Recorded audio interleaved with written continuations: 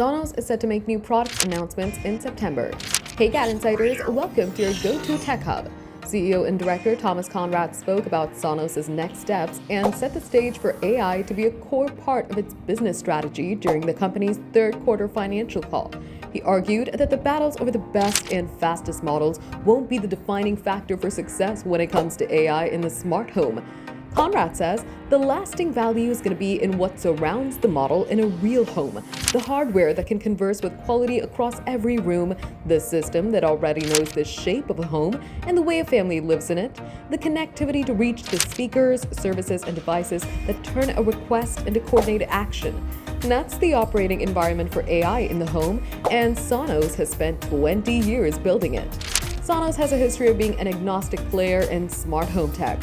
While its speakers are able to work alongside Alexa and formerly with Google Assistant, the skills of Sonos' own voice assistant only go as far as controlling your music.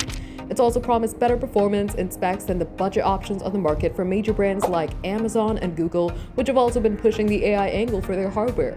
However, Sonos hasn't been doing too much on the product side lately, while it continues to recover from a disastrous app redesign in 2024 that saw steep cuts to staff and executive leadership. Now, trying to immediately tackle AI-powered smart home audio could be a make-or-break moment for the company. For more updates, subscribe to GadInsider, like and share the video, and don't forget to press the bell icon so you never miss any update.